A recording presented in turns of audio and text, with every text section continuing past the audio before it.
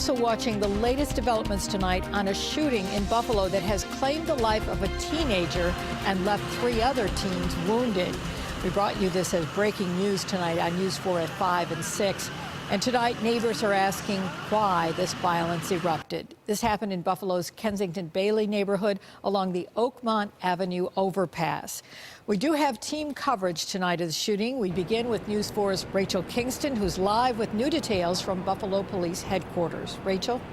Within the last hour, police have confirmed that all 4 victims were teenage boys. We've also learned that the 3 surviving victims have been treated and released from Erie County Medical Center and Women and Children's Hospital. Police tell us they are looking for a single suspect, a man believed to be in his 20s. Shortly before 4 o'clock Tuesday afternoon, the sound of gunfire brought dozens of neighbors in the Langfield homes outside. It took place on a footbridge dead straight ahead of you, and everything's under investigation. Not a whole lot we can release at this time.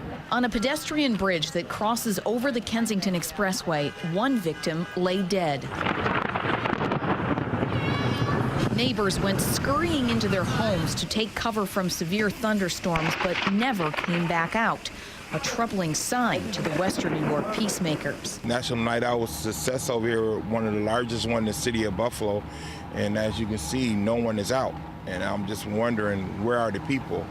I know it rained, but still, for something like this to happen, I'm just wondering what's going on. Anti-violence activists plan to return to the neighborhood on Wednesday and try to get people to talk about what they know. We all, as a community, we need to get together in all of the city of Buffalo.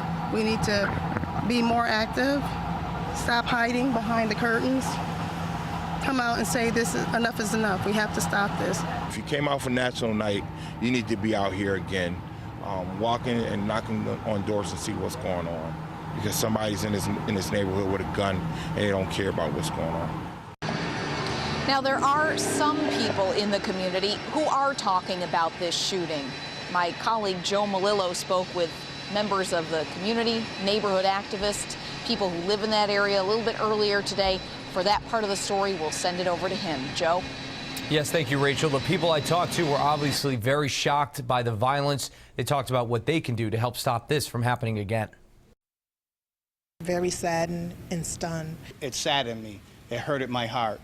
Hours after 4 people were shot on the east side in Buffalo, community members are just starting to cope with reality. But we're struggling and looking to find answers to the reason why something of this nature would occur.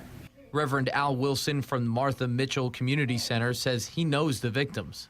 The center is less than a block away from the shooting, and it feeds about 300 kids breakfast and lunch every day. They come into the center all the time, and it's very sad. The executive director of the Buffalo Municipal Housing Authority says the organization wants to help create change in neighborhoods like this one. To provide activities for the children so that they have positive ways in which to work along with one another and be engaged in their local communities. Reverend Wilson says the healing process will be hard, but the community should stick together. It's time to get together and pray for our community.